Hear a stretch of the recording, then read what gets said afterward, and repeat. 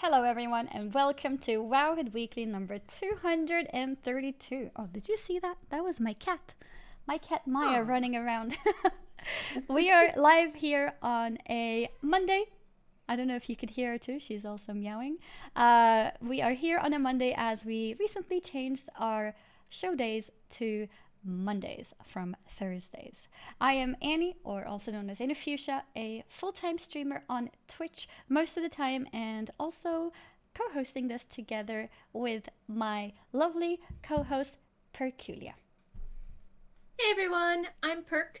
I run Wowhead. I'm joined here by my cat Brightpaw, who likes to give his opinion sometimes during the show. And we are now on Mondays, and there's been a lot of news we've had in the meantime, including some Druid customization news, some exciting news like a Shadowlands event next week, but also some not so happy news like no BlizzCon this year confirmed. So Mm-hmm. we're going to discuss some event news first, then some Shadowlands news, and even some merchandise and live news like some corruption speculation. Yeah. So, if I can have my cat not destroy my shirt, with the notes. And the first thing we're going to discuss is the no BlizzCon announcement. Yeah. Brightpaw. This may He's not be. very upset Oh! about no I BlizzCon. just saw that now. It's like, what do you mean? I want to go to BlizzCon. Don't say it. Don't say it. If you don't say it, maybe it'll happen anyways. So this was announced 6 days ago. Mm-hmm. And as you remember, last month Blizzard made that post saying we don't know what's going on. Maybe it's canceled, but then in this post they officially canceled it. They said Yeah. we're feeling deeply disappointed about this decision, and imagine many of you will feel the same. We truly love BlizzCon. That's a sentiment shared by everyone at Blizzard. We will miss connecting with so many of you at the convention and recharging our geek batteries this fall. Yep. But they also said we are talking about how we might be able to channel the BlizzCon spirit and connect with you in some way online, far less impacted by the state of health and safety protocols for mass in-person events. We'd want to do that as soon as we could, but given that this is newish territory and the different factors involved, it will most likely be sometime early next year. So that is the state of BlizzCon, and Oh, Brightpaw really does and not he's like gone. that. And Yes. he's gone. Yep. This may not be a huge surprise considering what is going on in the world, but it is at least now a 100% confirmation in case you were not sure. Um, BlizzCon will not be happening. But it is interesting that it's being mentioned that they might, try to make some kind of event for a like an online environment instead. I wonder, so like usually early in the year is when people don't have a lot of conventions to travel to. I wonder if they might consider this making like a more like scheduled thing if January or February are dead convention months and they want to do this big online convention to have a lot of, press attention. Uh Mm-hmm. like maybe in the first half of the year they do the online event and then they do the in-person event in the second half of the year. It might be Yeah, smart marketing as well. for Like sure. there's so many events that happen in the summer, like Gamescom, or there are industry events usually in the spring and summer. Like even Annie, with traveling, like it seems that in the winter things are more dead for you, Yep. and then like they start picking up in the spring or summer. So maybe Blizzard's like, hey, if we do an online event in this period where nothing's going on, it would also be good business sense for us. I'm a little bit Um, distracted because we have a cat here. Aw. Well, Yeah. your cats are like, oh, we get to see Annie more. We like the Snow BlizzCon news, and mine is like, eh. It's like, no, BlizzCon means that mom will stay home with us. He's like, uh, no BlizzCon means that like all of Perk's coworkers won't visit me and give me treats. yep, indeed. So, also, they did mention that usually at BlizzCon they do esports events, and they're looking for ways to still make those happen that would normally conclude with the grand finals at BlizzCon. So, for example, we've seen them convert, AWC and MDI with WoW into being totally online. So I imagine that when, they'll learn from those online summer finals and apply that expertise to the grand finals that I assume will be all online in the fall. Mm-hmm. So that's where we are with BlizzCon. I know a lot of people are like, oh, we should still do like a, you know, stream event or, everyone hang out and discusses Blizzard lore or do something fun in the fall. And, I Viewing would be totally parties. down for that. Yeah. Yeah. So I think that would be fun. Mm-hmm. Because it is really nice to connect with people in a way that's like very hype and positive because online it can be like an echo chamber where people tend to be like mad or the people complaining, get amplified, and it's nice to just be at an event where that most people are just like really excited to just That's discuss and be actually hype true. over the games. Yeah, Yeah. that's actually a very good point because people that you meet at events, they've put in so much time and effort to actually Mm-hmm. get there that you're very unlikely to meet negative people there. Whereas on the internet, the loud ones are usually the negative ones. Um, Yeah. but yeah, who knows? I mean, I can imagine a lot more Discord parties or similar being organized for these things, and we have that event which is happening next week as well, or Yeah. yeah. So So it looks like it's kind of vague. Yeah. yeah, it's a little bit vague so far, but it is interesting that these times are kind of forcing companies to be more creative with things online. Which Yeah. afterwards, when it's not necessary anymore, I can imagine that a lot of companies will continue doing them, realizing that potentially, if it is successful, that it is another means of creating events for people who may not be able to travel, maybe for economic reasons, for example. So it's going to be interesting to see how these events will turn out this year. For example, Gamescom is also going to be a virtual experience, and it's going Oh, to be interesting to see how that turns out as well. yep. So with this event going on next week, it will be June 9th, which is a Tuesday at 9 a.m. Pacific time. And it's going to be streamed on Twitch and YouTube, which is interesting because WoW Esports is all on YouTube, but I guess this isn't WoW Esports. Yeah. And it will be with game director Ian Hazacostas and executive producer John Haidt. And the description right now is pretty vague, but they just said they'll share more about the upcoming Shadowlands expansion with a look at some of the newest content in development. Mm-hmm. So, yeah, I mean, if I had to guess, I remember like when BFA had some sort of announcement event, it was when they moved from alpha to beta and they opened up like Azurite testing. If I had to guess with this, it would be this would be where they would announce a similar thing, beta testing coming soon. Here's a look at like Ardenweald, Maldraxxus, maybe a release date even. What do you think they're going to announce at this event? I think a release date might be a little bit early. I mean, if they would, I would be totally for it and I'd be super excited to know. But I feel like it is a little bit early for that. Maybe a potential touch at when pre-patch might be. But I think the idea of going from an alpha to a beta is possible. Either a date for that or immediately doing so. Maybe like, yeah, today we are switching over to beta. I don't know. Um, Release date feels a bit early still, doesn't it to you? Or do you think it could be possible? Um, let me check to Mm-hmm. see when was BFA release date Mm-hmm. announced. Do release dates happen before betas are live? So the Battle for Azeroth was announced on April 5th and it came out August 14th. And that was part of a press event with Ian. So my So it guess is is that possible. Mm-hmm. if this is and that event was so like alpha data mining started January and then this press event and release date was in April and Shadowlands data mining started in April and we're going to have this announcement in June, so that's like a similar-ish time period of alpha starting and then A little Ian says faster, something. but yeah. Yeah. What So about beta for BFA? um let's see. Beta for Battle for Azeroth. That Mm. sounds like a mouthful. Uh, April 24th was when the beta started. And when was the Uh, announcement? Sorry, April 4th? I don't think there was an announcement. Looking at this post, it just sort of happened. I mean Yeah. the announcement for BFA release. I mean.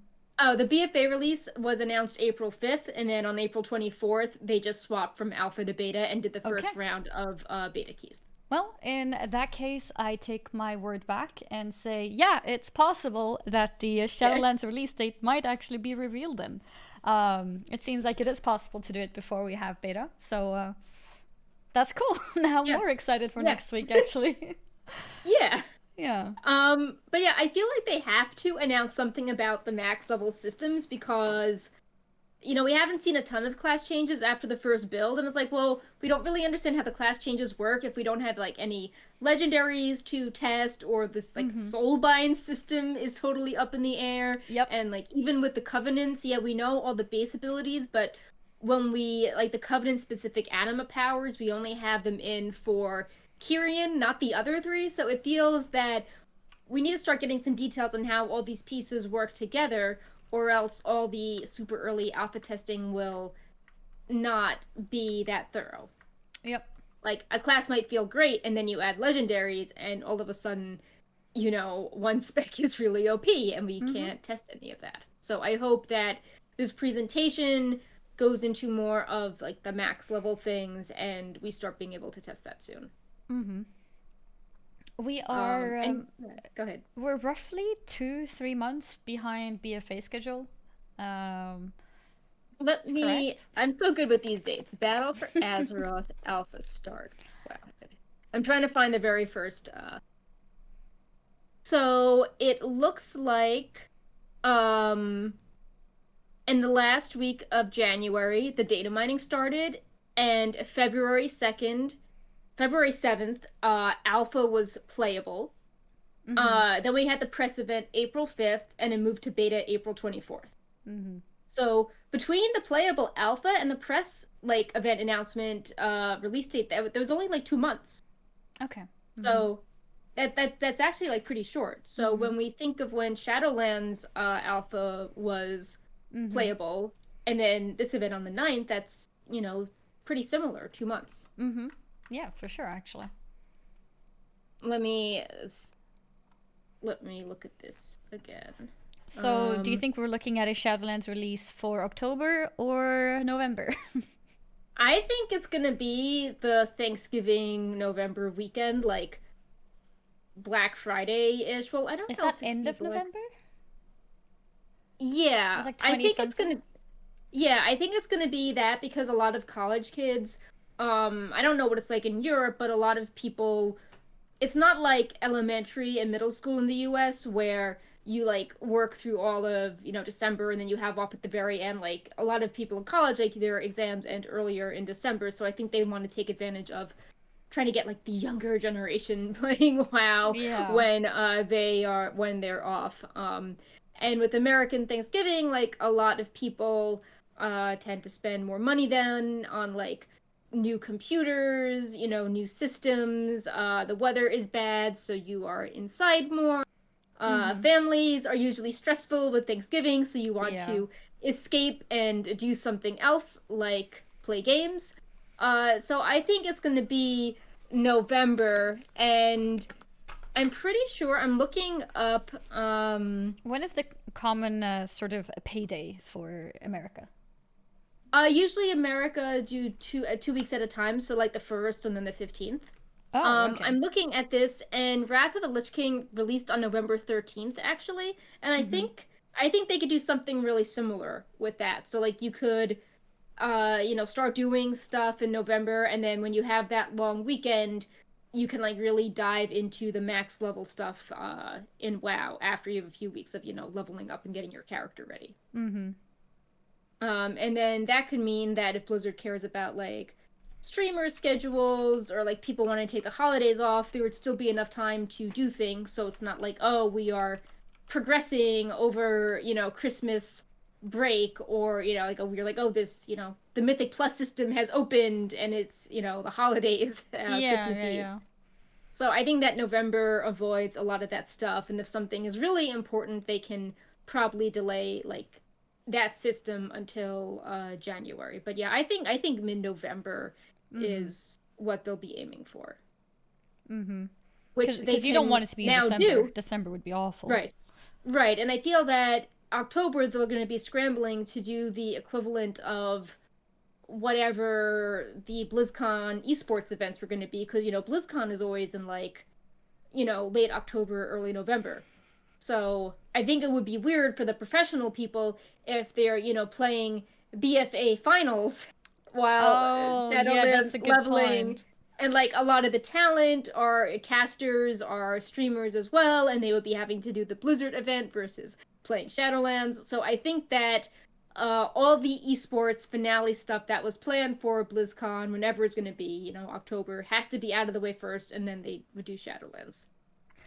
But that's how it was meant to be even before this happened, right? Because they Right. already said that the PvP and the MDI will be separate from BlizzCon. So that was probably due to the dates crossing over into Yeah. Shadowlands, even at that point, maybe. So they were planning to finish those before, and then for BlizzCon, what they were planning to do was a sort of all-star event, I think. Or no, we speculated that. It wasn't really Yeah. confirmed. We speculated that they Yeah. might do some kind of all-star event instead because we knew There always that has to be the something for WoW. yeah, there has to be something, and we knew that the official MDI and the official arena tournament was not going to be at BlizzCon. That part was confirmed, and now it kind of like lines up fine, anyways, because there is no BlizzCon. Yeah, or it could be a thing where it's like, okay, we want this to be earlier, but if something really bad happens, it could be um delayed. I mean, like we were saying with the reveal event, like we don't have two of the leveling zones aren't up yet. The Yeah. Maw is the max level zone. Like there's like hardly anything we know about it. Legendaries are not tested. Soulbinds are not tested. There's just a lot of max level systems, and if they're saying they don't want another Azerite situation, then they need to start testing some of these things and having a longer test period. Mm-hmm. um like I remember I was at a press event for Battle for Azeroth, and I asked when will the Azerite be available, because we haven't heard any of this yet, and Ian just looked at me and he was like, oh, today. So, Oh. and Blizzard Yeah. is always saying, oh, we didn't test Azerite that well, we want more time. And it's like, well, if we're reaching like this similar Ian announcement speech, and we don't have the major systems tested yet, this kind of sounds like Azerite 2.0. So we better start testing these systems and have more time to Mm-hmm. test them, which could mean a later quarter 4 release date than earlier. Mm-hmm. And um I see a comment in chat as well about BlizzCon, how BlizzCon is not happening. True. Um, it there might still be a somewhat of an online event, but maybe it does in a way give Blizzard a little bit more time to be able to focus on Shadowlands launching properly, since there won't be any division of attention right. So for like the I think event. that's a yes and a no, because like the devs are focused Yeah, on because it's separate Shadowlands, people. Yeah, yeah, but I do say that the community and like forward facing people are pulled in a bunch of directions. So like yeah. they're People like just not Ian. focused on Shadowlands launch. Like they're doing all sorts of things, like the community managers that are planning interviews and doing press invites. Like they're trying to manage that and the expansion launch. There's a lot going on for them. So I think it will help in one way, but it's not like a class designer is, you know, unable to focus as much. Although I will say that I think also that if there's less pressure to like announce something at BlizzCon, it could also Mm-hmm. be good for focus. But I Yeah. mean, they're always trying to announce things anyway, like whether it's a patch or a little tidbit of information in interviews. So I think they've gotten into the cycle of someone is always thinking about how to hype it. Of course, it will be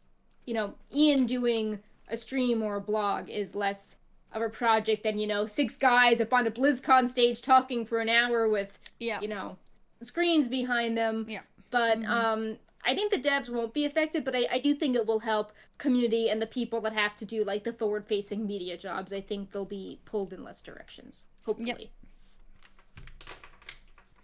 It is a good point. So There is a slightly two ways of looking at it, but at least yeah. there will be a little bit less focus on event stuff. I'm actually really hopeful for Shadowlands being very promising, and so far it feels pretty good with the Yeah, information flow and everything that's going on. I think the information flow is really good. I like how they keep doing these interviews, and I'm actually really excited about the Sloot interview tomorrow because Mm-hmm. he already interviewed some people and he asked a lot of, class questions and like the GCD, and we've, had other interviews on topics like Torghast with Towley, and now it seems that Sloot is doing a follow-up Torghast max level interview, so it will be interesting to see how the questions have evolved. Evolved, yeah. Because I Is don't it with the think, same person or a different person? let me check. Sloot is Sloot is interviewing Paul Cubitt, who was the one Tally interviewed about Torghast. So I Ah, mean, okay, cool. Blizzard knows the community, like especially the hardcore fans of streamers, don't just want to hear the same Torghast answers, a Yeah, month yeah, yeah. later. So it would be cool if Sloot's like, hey, so like a month ago you said you weren't sure how this worked with Tally. So like how does this work now? Or like, do you have any more thoughts? Or this was really controversial and you said you were Mm-hmm. gonna take it back to the drawing board. So I think that sort of constant communication is good. And we've also gotten even like more traditional interviews with online publications. And there was this really good art interview a few days ago actually as well. Like Mm. it wasn't big enough to put in the show notes, but they're actually asking like art and sound designers how they put Bastion together and like the symbolism of Oh. bells and concept art. And I'm like, this is really cool stuff. Yeah, it's not, Shadowlands is coming out on this date, but it's actually just interesting to hear the craft behind something and gain a deeper appreciation for what goes into it, how everything is so deliberate. So I think that the information reveal has been pretty good actually. Mm-hmm. For sure. You I can just definitely want that tell that max they level learned a stuff lot from tested. BFA. So, Yeah. sorry, say that again? I just want that max level stuff testable, like the legendaries Yeah. and the Yeah, soulbinds. yeah, yeah, yeah. For Because sure. it's giving people so much stress with the covenants, like, oh, if the soulbind is available and it's like best in slot for this spec, or if it's like Mm-hmm. overpowered, like I feel locked into a covenant, how do I test covenant swapping? Oh, All yes. those, Covenant yeah, swapping. yep, all those things that people have sort of forgotten about because they've just, everyone's just running Torghast over and over. Yeah, yeah, yeah, yeah. It's gonna be interesting So, to see what they've got to say. What time is that interview? the interview, I think it's a little later than the that interview is at 4 p.m. Eastern, so it's at 10 p.m. your 10 time p.m. Yeah. and 1 p.m. California time. The same time as Wild Weekly. Yeah. Yeah. I'm glad we have things on. See that's why we do them on Mondays, because usually like Blizzard does True. interviews and Yeah, stuff they don't during the do the week. things on the Mondays, so. Yeah. Mm-hmm. So Yeah, well, our we got that third to look forward to tomorrow. Mm-hmm. yeah. Our third mystery event that we wanted to discuss is actually something with classic WoW. The WoW esports Yeah. Twitter, Mm-hmm. which is really new, tweeted an image and they said, sure would be cool if we had a cool event coming up. Definitely not going to mention anything about a cool event, not even this week. Oh well. And we have like a orc peon in front of the Warsong loading screen, and the classic logo is blacked out, and we think they're based on the words, they're either saying like Summer Clash or it's like S and then ASH on the other end. So it's some sort of Summer Clash Brawl type event. Mm-hmm. And then Blizzard also added a WoW Classic esports page to the Chinese site that tracks war games and it records wins, losses, and flag caps. And there's even a special add-on to track this data that they made. So if people like, are this related? Will Western regions get a similar tracking leaderboard as well? People are very curious and excited about this because we haven't had an official classic esport event so far. Although we've had things like Twitch Rivals, they did Warsong Gulch, So I'm curious what they're gonna do with this. So currently, is it the case that on the Asian servers that they have a official leaderboard? Yeah, they just announced that, like, it just sort of popped up over the weekend. So Mm. I can. I have a picture of it in the linked article, but I also pasted you the link. And Blizzard made their own add-on to for people to like track and upload game information. And this is all interesting because like last month they just sort of quietly added the option to make classic war games and didn't really hype it up. Mm-hmm. And like that's so important for these war games and like spectator matches because you can actually have people spectating the matches now, which is pretty huge for esports. Oh. Wait, so the ranking is based on your win-loss ratio. Yeah, so the war games are tracking wins, losses, and flag caps. Okay. So, and this page is only on the Chinese site, not on, you know, North America or Europe, but it's pretty interesting considering the WoW esports account is like, hey, look, picture of Warsong Gulch. Cool. Yeah, I'm gonna show you guys a picture of this so you can see how it looks like. Yeah. Yeah, that looks really cool. It's interesting that they're deciding to put some work into this. Even WoW as an esport is questionable a lot of times, and uh, having WoW Classic as an esport is even more questions in terms of balancing and stuff. But it sounds fun though. I think it's going to be Yeah. more towards fun than actually competitive. Yeah, I mean, we will have to see. I mean, Classic has a dedicated fan base. I Definitely. feel so, I think it's good that Blizzard is experimenting. I remember Mm-hmm. last year Blizzard was all like, "Oh, when we asked about leaderboards and stuff at interviews, and they're like, yeah, maybe based on what the community wants, we'll expand and do more leaderboards. So hopefully, if this goes well, they will consider doing more and more interesting things. Like, there's an interesting like speed running community in Classic. There was like a 40 Shaman Molten Core run. So, if this goes well, hopefully they can do more fun competitive things in Classic too. Mm-hmm. Indeed. Yeah. So, we're done with the events. Yep. And we have Ian, we are really happy Blizzard did this. We've been talking about blue eyes forever, and we keep saying it would be great if Blizzard could just make a blue post and like settle the score as to what's up with these blue eyes that we keep data mining. And that's what they did. Yep. So thank you, Blizzard, for just Clarifying. coming out and Mm-hmm. explaining what is going on. And Blood Elves and Void Elves, they both get blue eyes in Shadowlands, and all the new data mined skin tones for Blood Elves will also be accessible by Void Elves. Yep. So, So here they big are. news there. Mm-hmm. Yep. Because there was so much discussion around it. Are they going to get blue eyes? They should get blue eyes. They shouldn't get blue eyes. And here we go. Now we got a final word from Blizzard that both Blood Elves and Void Elves will be getting them.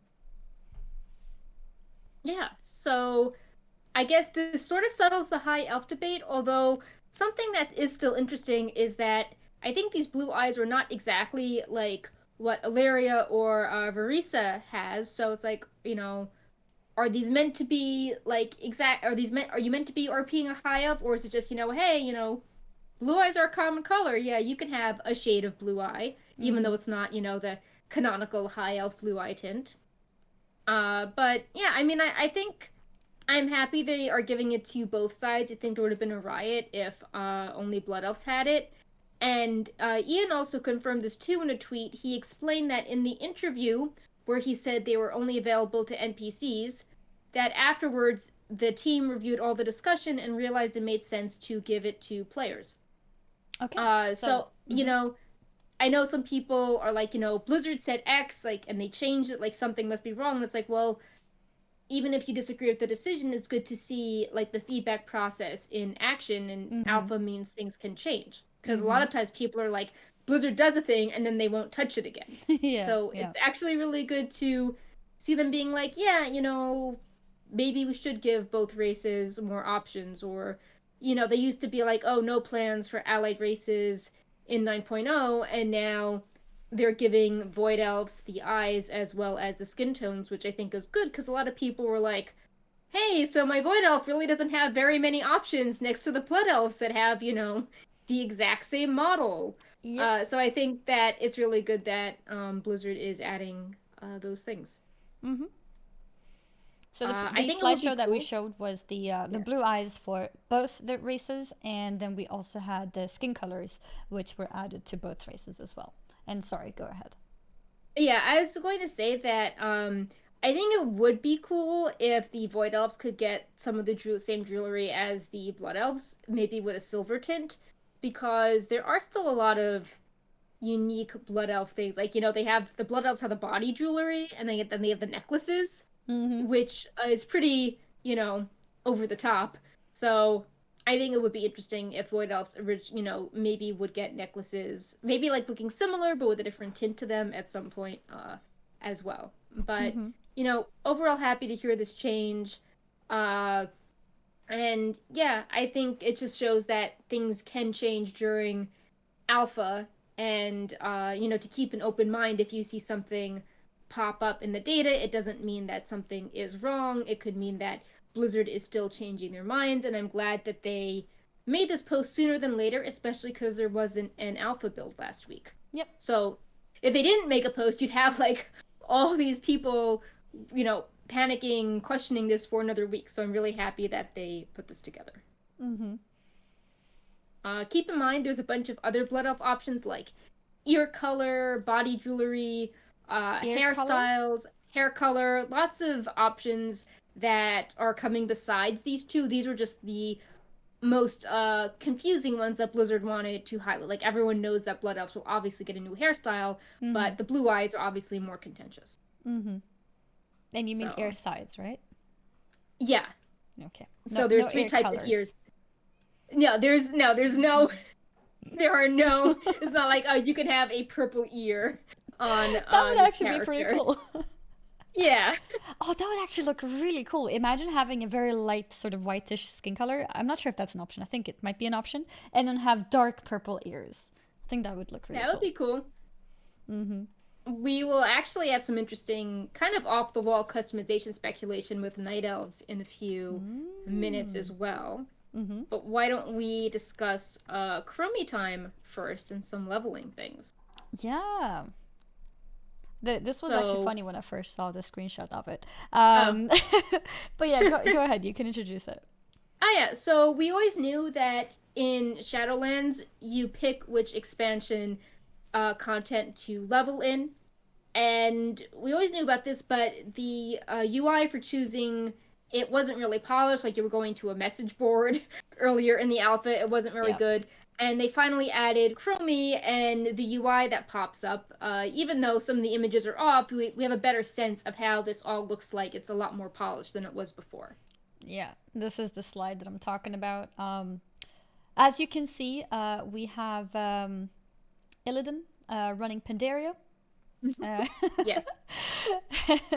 and yeah, we have a little bit of mixed matches going on there with expansion pictures. But you can see how the idea looked like, and then we have some in-depth information for each of the different expansions. Right. So there's no choice to select BFA because you receive the starter quest for that once you reach level 10, and that's the default option for every character, every first character. You cannot. Chromie time is only available when one character is at max level. And if you're leveling your first character, you are stuck with BFA. Wait, really? Um, For the yeah, entire leveling duration? yeah. So your brand new character must do BFA, and then you unlock Chromie time for all. So, okay, so you have to finish BFA and then you Yeah, choose something. And at what right. level are you at that point? Well, it can be like one character is expected to do 10 to 50 in BFA. And Oh, then wow. like any other alt, when the alt is the starting zone, then they can pick, do I want to do Northrend from like 10 to 50, or do I want to do Okay. Warlords from 10 to 50? So you have But to do you're very BFA for your first character. yeah. Gotcha. Okay. which I guess they want you to understand the story, or like maybe what's going on with Sylvanas, that God is Yeah. here, or Yeah. you're How we got to interacting with Shadowlands. characters that are alive versus oh, like this Varian guy is really cool in Mop, what's Yeah, yeah, yeah. Anduin doing here in Shadowlands. Yeah. And I mean, to be fair, the questing in BFA is probably better balanced, better tuned, better, less likely to be buggy, less like no, just a cleaner questing experience probably in general. So it makes sense. Yeah, the tech I think is really good, and like the dialogue and music, the Dialogue, pacing I music, think is art good. as well. Everything looks and sounds a lot better in those zones compared to the old ones. So as a new player, it does make sense to put them in BFA rather than an old zone. Yeah. And yeah, the Um, cinematics, they also sort of happen mid game yeah, as well. So yeah, that's a good one. Good point. yeah. Um, we know that the icons aren't correct. I know people care about flying. For expansion quests that require flying, there will be Flight Master NPCs that guide you there. So, for example, the Pandaria questline introduction, you need to fly to airships. So they've added like NPCs to help you with that. So, Mm-hmm. you're not stuck. Mm-hmm. And if you don't like the expansion, you can return to Chromie and select a different expansion to level on. Mm-hmm.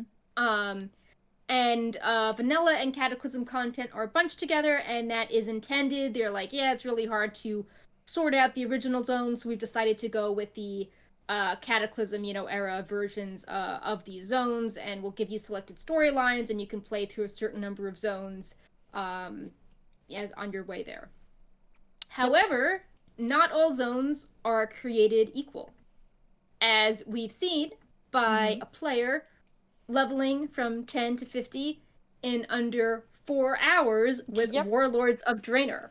Here is a screenshot of his playtime, and as you can see, he just dinged level 50, which is today's equivalent of 120, I believe, correct? Because Yep. once we are translated into the new Well, more squish, 110 because you have to level from 50 to 60 in the new zones. true, true. So, But our but max yeah, levels will turn 50. yeah, that is true. Mm-hmm. Uh, So it's not the and max level of what's going to be in Shadowlands. right, But yeah, they did it under 4 hours, which is pretty fast. That yeah, is very and quickly. the issue here is there are certain things unique to the warlord zones that make it more easy. The mobs are like more densely together. Um, there are a lot of bonus objectives. Like warlords introduce the bonus objective tech, Mm-hmm. so like they're everywhere. Mm-hmm. Um, the Gorgrun Garrison Outpost Sparring Arena summons allies which do a lot of damage. Um, there is the Talador Garrison Outpost ability called Arsenal Strike that does a lot of AoE farming. Mm-hmm. Um, Treasures there's a too. Garrison Hearthstone. There's lots of things that make it easier. So, of course, the question is well, if Warlords is so much easier to do than the others, you don't want people just gravitating towards the one that is much faster to do. Mm-hmm. Because they wanted all the expansions to feel balanced. Mm-hmm. So in that case, they may have to buff the amount of experience that you get maybe in the other expansions to make the time a Right. little bit more similar. Or if like 3 or 4 hours is too fast, they might have to make Warlords less good because it's like you could be really rushing through the story if you're doing things in 4 hours. That is true too. That is true too. We do have to keep in mind though that the person who's done this obviously knows exactly what he Yeah. should do at what time to make it as effective or efficient, sorry, as possible. But yeah, it is definitely something that can be a thought at least for Blizzard to consider if in general people all tend to then choose warlords as the place to level.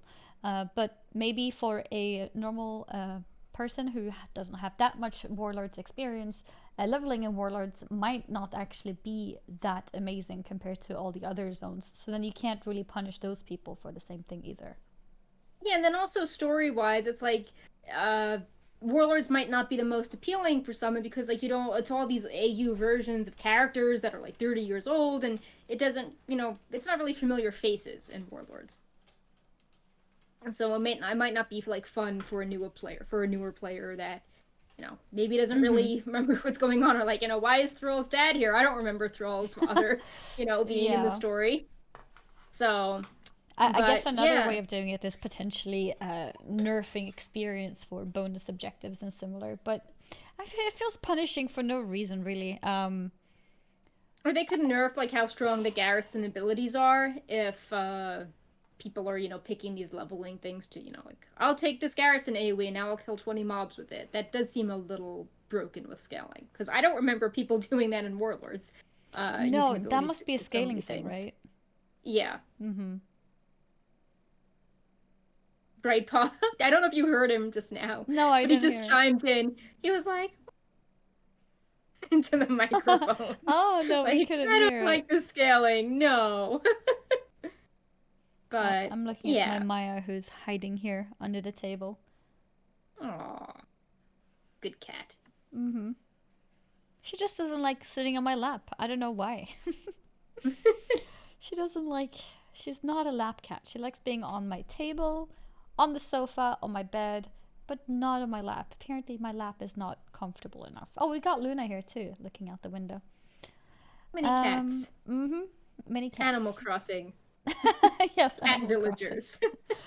Do any of you think 4 hours leveling time is okay? 4 hours leveling time to 50 is extremely fast.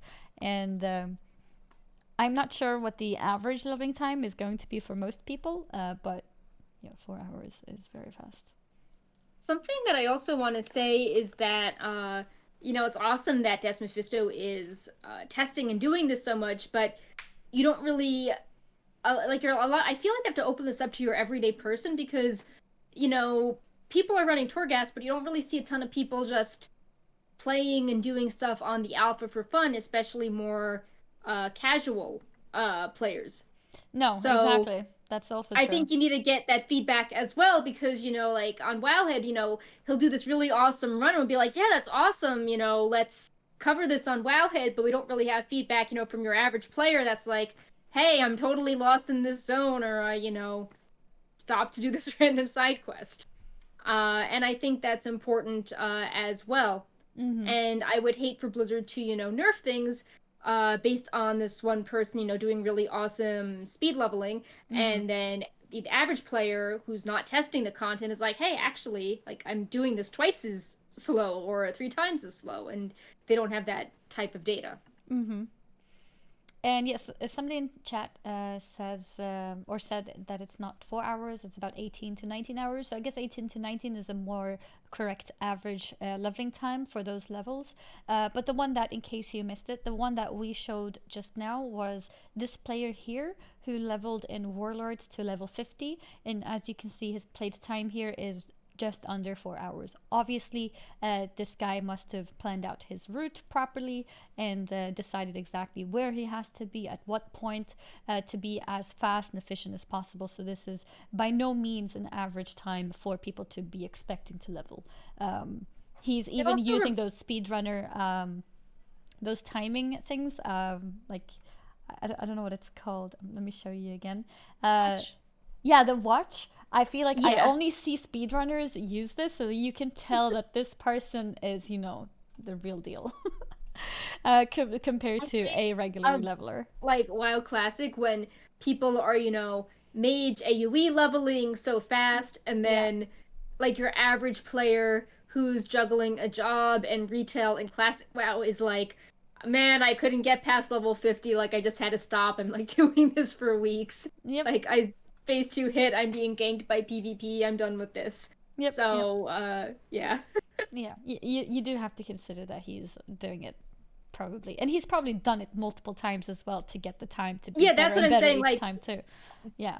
he's always, it's like when we cover Rex Troy a lot on a lot on Wowhead because he does these very like interesting solo things that no one else is doing, and people are like, why do you keep covering? And it's like, well, he keeps like paving the way. And same thing Mm-hmm. with leveling in Des Mephisto. Like every week he's like, oh, I hit a new record, or I like found some interesting combination of leveling stuff, and it's like, well, he's the Mm-hmm. guy out there doing the leveling things. He keeps finding more and more ways to improve. So Mm-hmm. he's always in the news for doing this. Mm-hmm. Wait, this wasn't Rex Troy though, was it? No, I just like I feel like The every week on comparison is Wowhead, good. Yeah, yeah, yeah. yeah, it's like, oh, like let's see if Rex Troy like soloed another boss, like let's see if this other guy has another leveling record, and I feel like we just sort of rotate them, but people really Mm-hmm. like hearing about it. Mm-hmm. For Uh, sure. so yeah. Um, why don't we talk about some Druid customization options? Yeah. Right, The Paul, wake up. Talking about ferals. yeah, cats. We're talking about cats now. Everyone, come here. Yep. Family meeting. Okay. Yeah, we got some interesting takes on druid potential customizations. Yeah.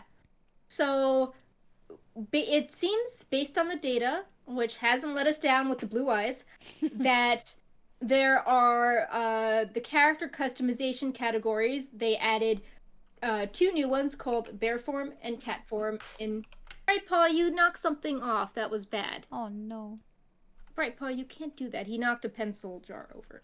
Oh. Anyway, Mm-hmm. bear form and cat form were added as character customization names, which are the things you see on the character screen. And Yeah. then we looked into like what data is attached to it, and the names of the night elf, like bear and cat tint colors, are attached to it. So it's very easy to assume that you will be able to pick your bear and cat form tints on the screen separately from other options. Because right now it's really confusing. Like different hair colors are associated with the druid forms, and like Mm-hmm. it doesn't make a lot of sense. Except for Mm-hmm. Tauren, which is based on like your antlers. Like it's really random. So it's really great that the racial colors will be split out from hair or antler colors. Mm-hmm. Yeah, I But think we that's just a wanted to huge plus. highlight, Mm-hmm. people were like jumping the gun and they're like, artifact skins. We don't know anything about artifacts. This data only had the night elf male and female bear and cat form colors. Mm-hmm. It was very incomplete. There was nothing on artifacts. It just was the racial colors.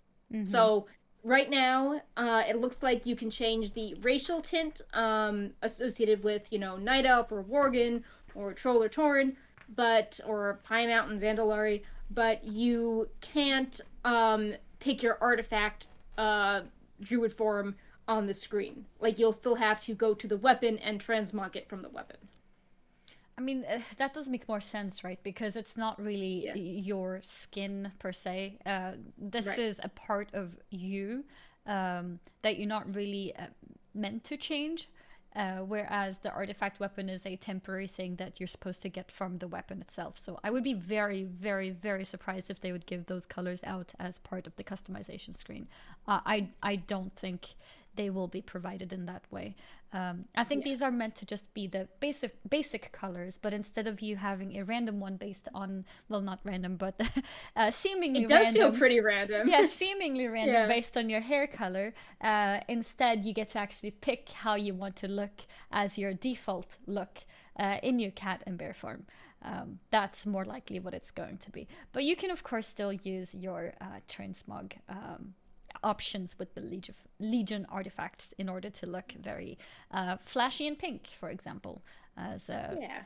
that was given as an option for ferals. Something else which I think is pretty interesting is this is more speculation, but like last month we data mined a bunch of night elf body tattoos, and some of them look really similar to the tattoos on the fur in bear and cat form. And Mm-hmm. there were five data mined tattoo options, and there are five night elf, bear and cat form variants. So the numbers just seem to line up really well.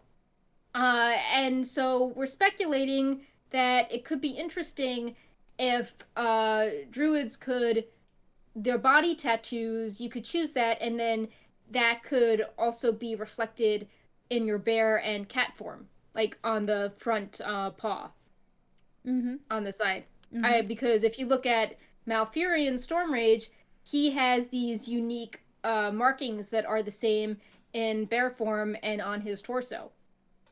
Yep. So, Blizzard it is possible for Blizzard to mix that up. So I think that could be interesting if Druids got those tattoos, especially because, Demon Hunters got so many unique options in Legion, and, Death Knights are getting their eye glows updated yet again. And Blizzard is talking about, class fantasy in Shadowlands, so why not have class-specific customization options? So it could be interesting, I think. Mm-hmm. I'm showing Um, a slide here where you can see the tattoo on the upper arm slash shoulder, not soldier, yeah. shoulder, and you can see how it matches the tattoo on both the bear form and the cat form. So these are speculations put together, but it seems like this might be an option in Shadowlands where you get to have a tattoo that sort of follows you in all the different forms. Yeah, I also think that whenever we data mine tattoos like the dwarf tattoos, it's like they just look different. Like they were more elaborate, covering more of the body. They were available in tons of colors. Um, while these seem more simplistic, kind of in this purple that you That's see actually in the true. druid Yeah, fur. to make it easy And to transfer to bear and cat. yeah, and they all have like very limited uh areas, like just upper bicep. While Mm-hmm. usually with like Torn, it's like, oh, this is covering the torso with like armbands, and Mm-hmm. it's like on the front and the back, and Mm-hmm. these seem kind of subdued in comparison. But I think it would make sense if they had to be kept pretty simple, so they could Mm-hmm. translate onto the druid as well, the bear and the cat. Yeah, that's actually a very good point. Also, I mean, not to be biased or anything, but we put together these customization guides, and some, like, we knew humans were getting a lot, but Blizzard has been adding little cool things for a lot of races, like the Blood Elves with the body jewelry, the Dwarfs have so many tattoos, and the Night Elves look pretty incomplete so far, and I feel like adding these to the races that have Druids could be something hype that people weren't expecting to make Mm-hmm. like those races and the customization feel special as well. Like we also don't have a lot of Worgen options, data mine for example, and tattoos for them would also be hype. So we'll see, but I think that this would be interesting. Plus, we're going to Ardenweald, and if the Death Knights got an eye glow revamp to, look more like Bolvar wearing the crown, if Ardenweald is tied to like Emerald Dream and Druids, it can make sense for Druids to get an update too, Yeah. like thematically. Mm-hmm. No, that's actually a very good point because any kind of art that's been used for the new expansion can easily be used if it makes sense for the current races and Yeah. classes. And like we've seen customization things pop up before when it makes sense story wise, like Yeah. the Blood Elves got golden eyes, and then we got the Heritage Armor quest line, and it's showing closure how they're not corrupted by the Fel.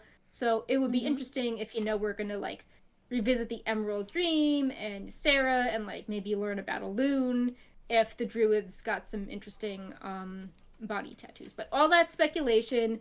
But the part that's more concrete is that you'll really probably be able to select the color of your bear and cat form on the character creation screen. Yeah, I think So, that's really nice news for druids. yeah. Mm-hmm. So, in different elf news, we have a Warcraft short story called Yeah. A Moment in Verse with Lorthamar and Thalrissa. Mm-hmm. So, this is written by Madeline Rue, who is the author of the upcoming Shadowlands prequel Shadows Rising. And it's like very refreshing. It's like this very delightful short story about these two elf leaders picking up where they left off after Najatar, where she was playfully inviting Lorthamar to Suramar, and he had excuses and was like, "Fine, I'll visit you." So a lot of people are like, "Oh, are they gonna get together? Like, aren't they? Like, they seem to be like really good friends." And yeah, they, spoiler alert, they get together. They Yeah. Spoiler. drink lots of arc wine and like have a poetry competition. Mm-hmm. And yeah, it's just nice to have a character study about characters that weren't in the spotlight for BFA, but played like second tier roles. And it was Mm-hmm. also really nice to see. We spent so much time in Suramar seeing it like under control by the Legion and like fighting to reclaim it, and it's nice to see it at peace and flourishing and being this happy place once again, and seeing all of the customs just going back to normal and being really like fun and cultured and relaxing. So it just was a really nice like kind of slice of life story, and we're so used to like when something happens in WoW, like something bad will happen after it, and it's just nice to be like, no, it's like a living, breathing world. Like Like there has characters to can be a just problem, a conflict. yeah. It's like it's been around for thousands of years. Like characters can just have like happy lives for a bit. Yeah, for a little bit. um, yeah, a little bit. Um, some there was a little bit of foreshadowing where Lorthamar was kind of angsty about being involved and supporting Kael'thas, and Blizzard has been teasing in promotional materials that Kael'thas is going to be in Shadowlands, so maybe that's setting up like a dramatic confrontation, or Kael'thas will have to atone for like how he led the Blood Elves astray. I think that they definitely want to keep that story in the forefront of people's minds, because in the Blood of Heritage Armor we saw him being heroic, but then obviously in Burning Crusade he was a boss we Yeah. kept fighting over and Mm-hmm. over, and now he's back. So I think the story was like a gentle way to remind people of the complicated, sad history of the Blood Elves. What do you mean back in TBC? What if I'm still farming the mount? Well, I meant that we fought in Tempest Keep, but then he came back in Magister's Terrace, and Yeah, no, that's now true. he's going to keep coming back. Yep. But yes, if you're farming the mount, he comes back every week. Yes, every week. I wonder if he's gonna like have wouldn't it be evil if he had a mount in Shadowlands, like Oh. Shadowlands Alar? There's still Mm, no mount that sticks out in the same way as Ashes of Alar. Having that sort of yeah. light effect and that tail Wasn't doesn't there the guild exist. mount, It the doesn't Dark have the Phoenix? effect. Oh, okay, well It doesn't that have the would make tail. sense. Yeah. Yeah. So it has like I think maybe the exact same model even, but it's less flashy, and I don't think it has the tail going on. Yeah. I mean, that sort of does make sense because I think people would have been sad if you could basically just get, reskinned ashes from, a Yeah. max level guild. No, yeah, I think it's good. I think it's good that it stayed so rare. um, but yeah, on a serious note, I just have to mention, we're like everyone's like, oh, the elves are winning, they're getting these eyes, they're getting the short story, but it's like, hey, the night elves are sort of like, What happened? refugees. Yeah. Yeah. Yeah. And it was, I mean, I'm sure they're saving it for like some big Ardenweald reveal confrontation, but I'm reading the story and like they seem really happy, and then Lorthamar is like reflecting on my past. I'm sad about Kael'thas, and I'm just like, aren't you guys like sad about just sort of being part of Teldrassil, especially because the Night Elves helped save you guys from Suramar? So it felt like a strange omission in the story. And like I'm sure that I'm sure like the Turon story is like really under wraps, but it's something that you just like think about in the back of your head, being like, it's strange they're not mentioned if they're regretting their past, that and dealing with a leader that was destructive, that they're not reflecting on this very recent event that they were complicit in. But yeah, I hope it pays off with Ardenweald. It's just something that you can't help but think about when like you're in Suramar and you're like, oh, Suramar's doing so well. Guess who helped liberate them? The Night Elves, who don't Yeah. have a city anymore. And Yeah. Talrissa's just like, yeah, let's party. Everything's great. Yeah, too bad. Yeah. Hmm. So, I mean, maybe they purposely don't want to say anything in like any material, so it's like a big dramatic thing in Ardenweald, but We did hear there it's was gonna be things happening with Tyrande, right? yeah, like there's going to be some cinematics and maybe it would be very emotional. Mm-hmm. So maybe they're delaying it for dramatic impact, but it's just like a very delicate story to handle, Yeah. especially with that Legion buildup of, oh, no alliance versus horde focus, all the elves are working together, and it just seems like it's just difficult to handle a story when a lot of leaders are like in participating in atrocity and then they just don't seem to mention it. And Yeah. like maybe it Yeah. makes sense for marketing purposes, but I'm just like, it's really strange. You're like discussing problematic things from your past, but not this at all. Yeah, Um, it does feel a little yeah. bit like as if it's just skipped. Yeah. But hopefully it'll be Or it's mentioned in the like future. when 8.0 hit, how it's like we had this horrible pre-patch Teldrassil event, and then we just like went off to Kultiris and Zandalar, and no one talked about Teldrassil. Yeah. And Blizz was like, oh, like the story's gonna come back in a big way, and then we had 8.1, and it made sense for like gameplay purposes not to mention anything about it, but players were like, did we just like forget about Teldrassil and like Mm-hmm. go off to like Kultiris? Like, what? Why did we forget about Teldrassil? So that's always going to be a difficulty, I think, and the team that has to plan when they return to highlight certain stories, Mm-hmm. because it's not just like an author writes this and is like, I want to put this in. It's like there's a whole team of Yeah. like what can be Yeah. revealed when and how much can the people or like the quest designers say about certain characters at certain. I, But for what it was, it was mm-hmm. it was a cute story. I just hope they address the elephant in the room with Teldrassil. So I saw some comments in chat that the Dark Yeah.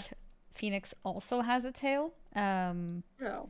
So I just went in game myself now and tried it, and it does. It's just Annie a playing games lot. during our show. Can't believe it. It's just a lot less pronounced, basically. So it's barely noticeable. So I can imagine, especially if you play on a bit lower quality, you won't really see it. Yeah. Um, because I can show a quick screenshot of just standing still how much you see of the effect of the ashes, and then compare it to the Dark Phoenix in just a second. But it is interesting that there is one recolor in that case, but it's not as pronounced. Yeah. Let me mount this one too.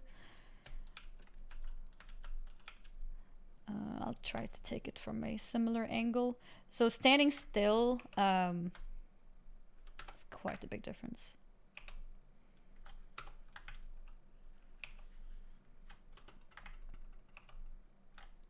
Here. Okay.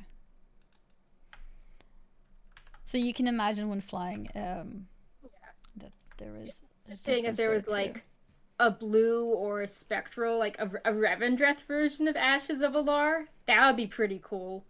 Like I don't know, red and black Phoenix. I Mm-hmm. think that would be neat to go along with Kalthas's new models.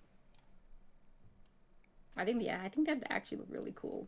And then it can match the Revendreth Covenant armor. I think that would be really fun. Just fixing the window a bit. No problem.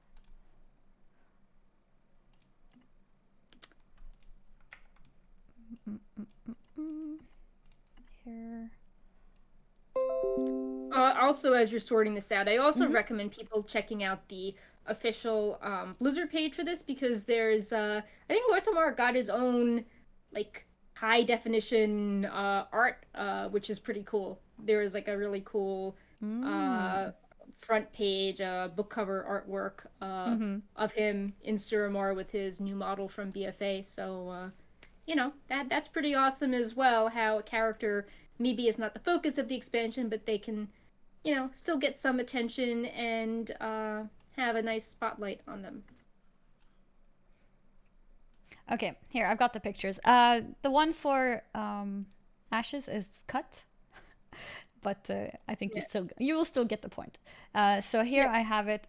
This is stationary, so when they're flying, it's more visible. But you can see that there is a slight pattern around the wings, and then when you go on to ashes, it's like about this much visible. And then this happens while you're flying and becomes a lot more visible at that point. Yeah. But yeah, Yeah. very I pretty hope there's mounts, a both of them. Shadowlands version. Yeah, maybe we'll get a Shadowlands version of this. Yep. So, did you want to discuss the corruption stuff now or the Arthas statue? Because I feel like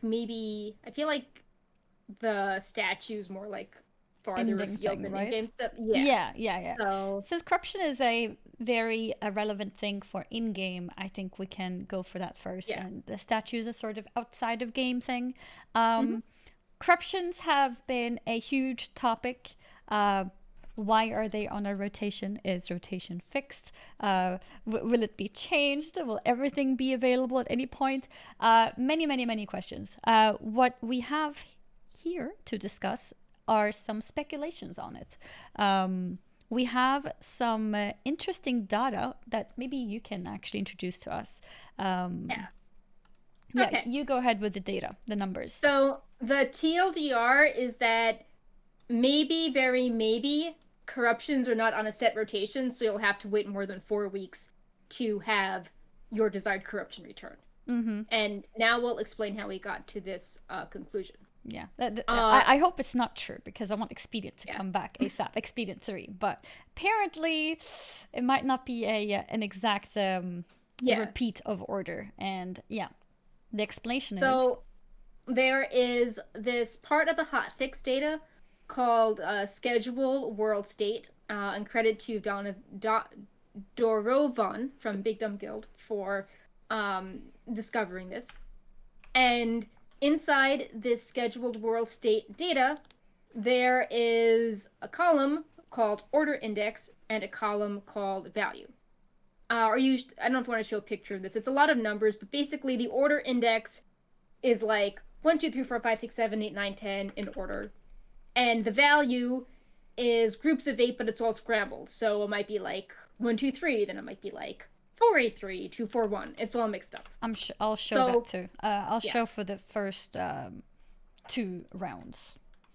So if we don't know what these refer to, but if we assume that order index is like refers to each week in game and it goes sequentially, and the values, which are 1 through 8 in jumbled orders, refer to the 8 batches of corruptions, this data points to the cycle going in a sequential order 1, 2, 3, 4, 5, 6, 7, 8. But then instead of looping back and doing the same order, it jumbles it all up.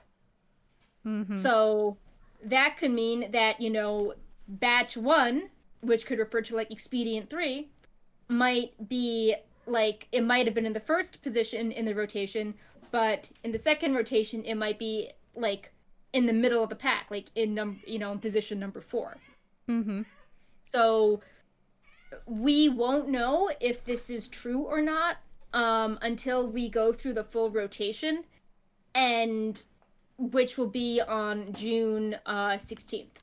So if we see that June 16th hits and it's like a random batch and not batch 1, then we'll know that the order is sort of like randomized and not in a set order. Mm-hmm. But yeah, June 16th will be the moment of truth. Mm-hmm. So the TLDR of this is, as you can see the numbers here on the screen now, to make it a little bit easier to understand. Yeah. We have the order index, which goes in numerical order, counting order, and then we have a value. And this data is real, but we don't know what the data means. But it is suggested and speculated that maybe this refers to the order of the corruptions. And currently, I think we've had 4 batches. Yep. 4 batches of number corruptions. 5 being tomorrow. So number 5 is tomorrow. So that means on the value index, you could see 1, 2, 3, 4, and 5 very soon being on live servers. And then we have another 3 to go after that. And then we have potentially a complete swap of order and have batch 4 come up instead of batch 1 again. I hear the cat in the background. Yeah. I'm not sure why she's meowing. She's a She's very, like, very I loud don't like. cat. She's like, I want Expedient 3. It's not coming soon It's like, enough. how can you do this to me? I just wanted Expedient 3, and what are you telling me now? That I have to wait until Order Index 11 for it to come back Yep. again? So yeah, this means that, for example, Expedient 3, instead of coming back after Batch 8, it might come as a fourth one in the next order, and if that's the case, that means you'll have to wait an extra 2 weeks. Right. But like this is all unconfirmed. Yeah. Like this is just speculation. Mm-hmm. You know, and we will know if this is true or false when the rotation completes around June 16th. Mm-hmm. So but we've been seeing a lot of like Reddit posts or like we've been even seeing like among this little rotation people are noticing when the amplifying ones like show up after several weeks, and a lot of speculation as to how can you predict them, what's going on. So we wanted to address it because it was getting to be a very popular topic even without a Wowhead news post. Mm-hmm. And speaking of, let me also show you guys the amplifier discussion, which I think is interesting. So this is a pattern that has been found, also speculation, of course, within within the month of when it's being rotated. So let me get this and put it on the screen here. So like in this little batch of things going in the order of like 1, 2, 3, 4, 5, 6, 7, 8, we're noticing like this little micro rotation in the middle. But if it gets if all the batches get scrambled up, this Then may this will not. get scrambled too. Yeah, Mm-hmm. yeah. But it's like a Exactly. little pattern within a pattern. Yeah, this is the pattern within the pattern, which may Yeah. potentially make us able to predict what will be there tomorrow, actually. So Yeah. here it is. So this Oh, is we should do like a contest, like betting, like yeah. bet which corruptions do you think will go up. Like if you get the exact rotation, like you win the lottery or something. Yeah. Like did you guess all 6 or 7 of them? Mm-hmm. Actually, guys, there is no speculation. Sorry, I'm just gonna randomly predict what I think will be there tomorrow, and if I'm right, no. So this is the numerical pattern that has been noticed, and it's obviously speculation. But if the rotation is swapping tomorrow, you can start looking at it to see if it is correct or not for that. So now we've gone through 4 batches. So according to this, there should be no expedients, there should be no masterfuls, no versatiles, and a rank 1 severe. And if you look at week 5, or not week 5 actually, just the 5th rotation, there should be an expedient 2, no masterful, versatile 2, and no severe. So that is what you would expect for tomorrow's rotation if the speculation is correct. It's a numerical pattern that has been noticed among the amplifiers. This might be completely wrong, or it might be right. We'll see. So far, for 4 weeks, it has followed this pattern, and we will see what will happen tomorrow. Sorry, not 4 weeks, because they don't change weekly. 4 rotations. 4 rotations, yes. So now we would be on number 5 for the next rotation. And I mean, if this is correct, this can be really interesting. For me, for example, I'm interested in Masterful 3, so that means I probably won't expect it tomorrow, but 3 days after that. So I may want to already start spamming a little bit if I want to afford those. So Yeah. I guess if we see Masterful in 3-4 days, then that would be that would be cool. And yeah. the other thing is true. So then we're not this, sure when Masterful 3 will return after that in 3 days. Yeah. To So be like, yeah. Exactly. So even if that is correct, that does not mean that after a month everything will repeat. After a month, everything may be jumbled together. And yeah, according to this prediction, there is no Masterful 3 tomorrow. No. According to this prediction, there will be, in terms of amplifiers, this is only referring to the percentage secondary stats. According to this, there will be a expedient rank 2 and a versatile rank 2 tomorrow. So Yeah, I'm like super So yeah, excited to see what's we'll actually, if see. not from just like what's good perspective, but like from a betting perspective. Like, did people read the data correctly, or is it referring to something totally unrelated to corruptions? Yep. Yep. We'll see. We'll see tomorrow, I guess, if we do Yep. have Versatile 3 or what was it? Expedient 2. No, Versatile Yep. 2 and Expedient 2. Yes. Yep. We already had Expedient 2, did we? Wait. Let me double check again. We linked the spreadsheet in the article.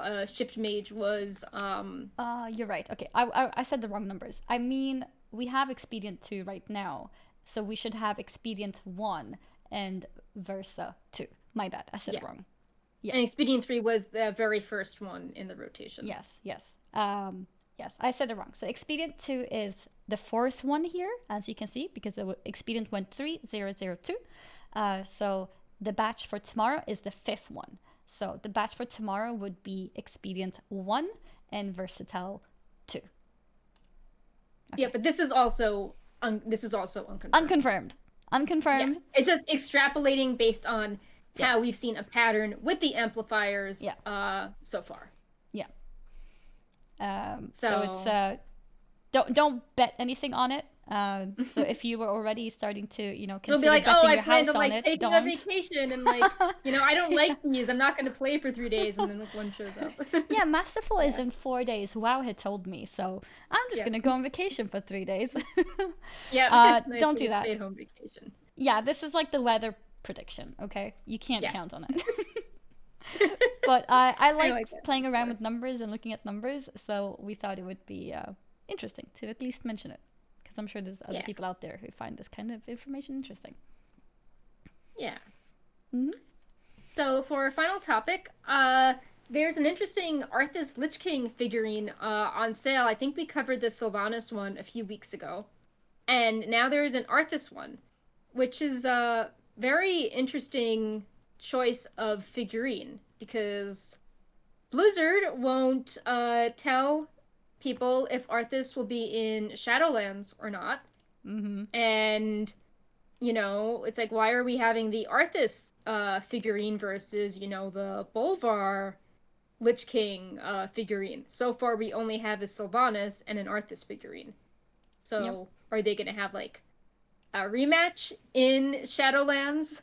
Uh, who knows? But yeah, this is a figurine. It is around 130 US dollars. It has 26 points of articulation. It has light up eyes, it has Frostmourne, it has some detachable posable hands, Mm-hmm. and it has fake fur and hair. And it's a little What, taller than fake the fur? Sylvanas one. Yeah, because it has, I guess, the stuff on his legs, the booties. Ah, okay. Yeah. I see it. Cool. So, and yeah, I'm just really curious why doing Arthas now, because he's not really around, and we've got a Lich King, but it's a very different looking Lich King. This is definitely Arthas. Yeah, that's really interesting because that does highly suggest that he will have more than a sort of NPC mention in Shadowlands. Yeah, and Don't you we've think? seen, yeah, and it's like Blizzard does the statues whenever that character is important, Mm-hmm. and we don't really have any Lich King figurines on sale right now. So I think it would be interesting if maybe he showed up towards the end, and like maybe Sylvanas wants vengeance against him, and she's trying to like get stronger and stronger to beat him, but then it's like, oh, you've sort of turned into, what you hated, like you sort of became Arthas along Yeah. the way. Mm-hmm. So, we'll have to see how that goes. But yeah, right now there's this figurine. I think I think Blizzard's in a really tough spot because they're sort of going for more realism with all these figurines, and the game's more Yeah. cartoony. And it's like when Jaina had her statue, people were upset. When the Sylvanas figurine came out, people were upset, and now people don't like the Arthas figurine face. Although I will point out that according to the Blizzard Gear Shop, the Sylvanas figurine is apparently a bestseller, so regardless of her Oh, face, people are buying her. wow.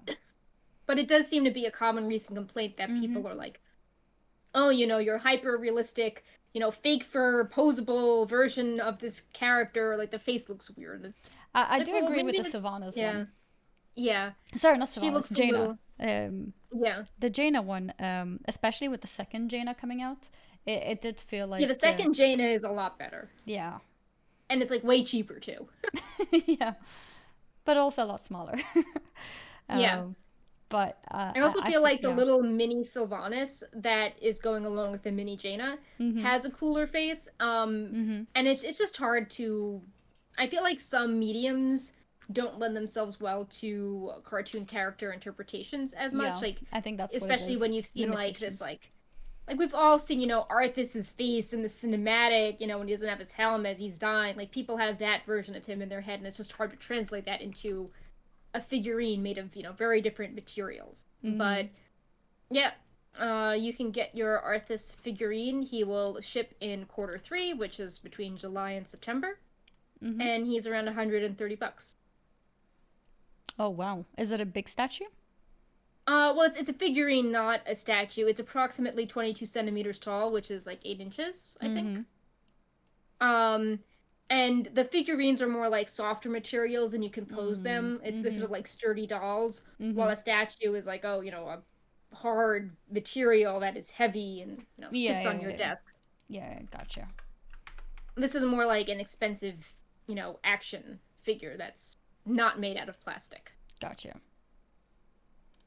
So yeah, that is about it for the news. Yeah, I believe I we don't know if covered people have everything. any questions. Yeah, I've been trying to keep a look Yeah. at chat in case there were any questions. I think we considered any topics or questions that were relevant or just stated in general. I think we answered everything. If you feel like you had a question and we didn't see it, you can feel free to post it again. Um, but I think we may have gotten everything. Now I Yep. just want to wait for So tomorrow. I want to see if we get what was it now? I don't want to say the wrong thing. Expedient one expedient, yeah, expedient one and verse. versus two. Yeah. Yeah. Okay. So yeah. So tomorrow we're gonna know if some pattern is true. Mhm. We're gonna have the Sloot interview, Mhm. and then probably I would assume a beta build later this week because we alpha build because we didn't have one last week. So I would assume we could actually test out some of these eye changes.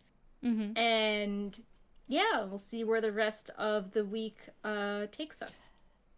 That's actually a good point because somebody did ask that, but I forgot to respond to it. Somebody did ask if we can expect any builds before that event next week. I mean, my guess is because they didn't do one last week that they'd want to get one in Mhm. this week. Mhm. Um, but it's really up to their testing schedule. It's what they need. I mean, people were really hype with the news when they didn't have a build last week and just Mhm. made, the customization previews, so they could do that as well. Mhm. And if something is messy and broken and they can't push it live and they have to just work on it instead, that's fine too. But I would assume there'd be a build, especially if, there's this interview tomorrow. It might be interesting to be like, hey, we're asking questions about X and we're going to see, Mhm. you know, X on the alpha in, Yeah. 2 days or 3 Mhm. days. We have a very serious question here, actually. Okay. Where do I send complaints if the schedule is not the one predicted? Oh no, you can send them to our cats. Yep. Yes. Um, Right, Paul will eat your complaint. brightpaw at gmail.com. No, don't actually do that. Maybe somebody actually uses the email. Yeah, no, you can complain to us next week on Wowhead Weekly. Yep. Yeah. Right, Paw baby. Don't you Taking want to all come here a complaints little more? live next week, Monday. He's right there, and I'm trying to coax Oh. him so I can pick him up for the ending Hmm. segment of the show. Let me see if I can do this. Right, I Paw also see a baby. comment saying, I hope for Severe 3 this week. If our predictions are correct, you won't see Severe until the 8th rotation, which means in approximately 2 weeks. But we might be I don't know if wrong. you're hearing him. I don't think I can get him for the end of the show. He's That's okay. I very can see his oh, paw. he has one of his paws like hooked around the Uh huh. wires. Uh huh. So if I pick him up, he's gonna knock a wire. Come here, little Yeah. one. Here. Come here, good boy. Can't pick you up. You're just a sea of cat claws. Aww. And who knows, maybe No. after one round of rotations, maybe Blizzard just decides, you know what, let's just put everything on the vendor. We don't Yep. know. We'll see.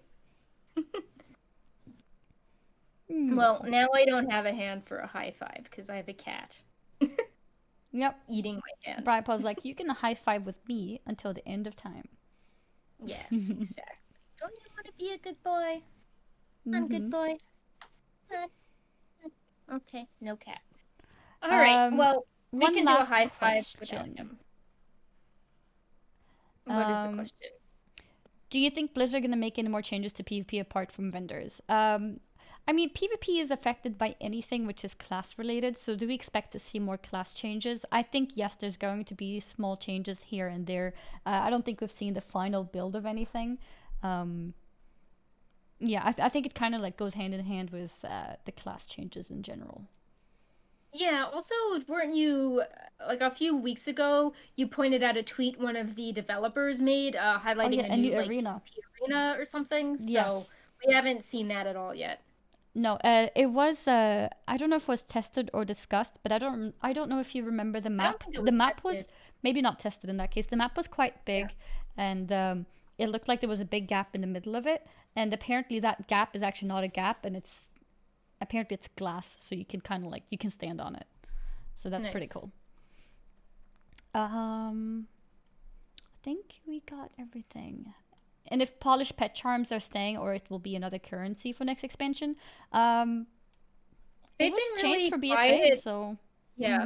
They've been really quiet about Shadowlands news. Like, we haven't even found that many pets. We covered what we know, but there's not a lot of stuff out there. Like, there's gonna be some abilities that are nerfed, so the meta is gonna shift again. So yeah. And okay, there's one last question. I can't really answer this because I haven't played around much, but maybe Perk has one. The question is, which Covenant's class ability do you like the most? So I think some of the Night Fae animations look really cool. They keep adding special effects, like it's very ethereal. Even the Paladin ones, like they just have like leaves and it's very like blue and shimmery. So I think aesthetically, those look the nicest. But again, it's like how do they all fit together with all these other abilities that we Yeah. don't know about yet? Yeah. Gonna need some more testing for that. Yeah. But the Night Fae ones, I think, like look very aesthetically pleasing. And I think that's it. Okay, well, before the high five though, one last thing. I feel like there's always one last something. Yep. The subs from today, we have them noted down thanks to Aegis. We have Shim Dog was taken with a 4-month resub. Thank you very, very much, Shim, for that. Really appreciate it. We also have a 5-month resub from Taylor. Thank you for supporting Wowhead. And JD Severe with 49 months. Wow. That's a so long many. time. It's Thank so you. impressive we got the cat back. Yes, even Brightpaw is happy now. He's trying to do like a body roll on me. Do you think you can high five with a finger? I think so. Bright Paw, you're going to be a good boy, aren't you? Okay, you can let me go hold ahead. my Oh, arm. we got 2 subscriptions on that. Oh, SG wow. World is now subscribed to Wowhead, and so is Blood Elf Shadow Priest. I recognize you guys. Thank you guys for supporting Wowhead as well. Bright Paw's like, oh, I did a little trick and I got subs. Right. Okay, are you ready? Okay. You Yes, can do the I'm good. You have countdown. to do the sound effect, though. Yeah. Okay. 3, 2, 1. Yeah. Snapping Yay. high five. I'm doing a little high five with Bright Paw, too. Yeah. Aw, so cute. Yes. So. Well, that's it for now us, guys. We will see you Yep. again next Monday, same time, 10 p.m. CST, 1 p.m. Pacific, 4 p.m. Central, I think. Yep. Something like that. 4 p.m. Eastern, 1 p.m. Pacific. Oh, okay. Eastern. Okay. Yeah, that's Yeah. it. Not Central. And also follow our Twitters. Wowhead's Twitter, of course, for all of the central things. You can follow me and Fuchsia on Twitter, and also Perculia on Twitter as well. If you scroll down, you can see all of the accounts. So we always tweet out the show. So if you're not sure when the show is, at least you can see from our Twitter accounts. Also, Stevan's account is also linked there. For those of you guys who are interested in the data mining streams, you can drop him a follow. Brightpaw does not have a Twitter, but he shows up on mine a lot. Aw. Luna actually does have a Twitter, but she doesn't tweet. She's busy running around and sleeping.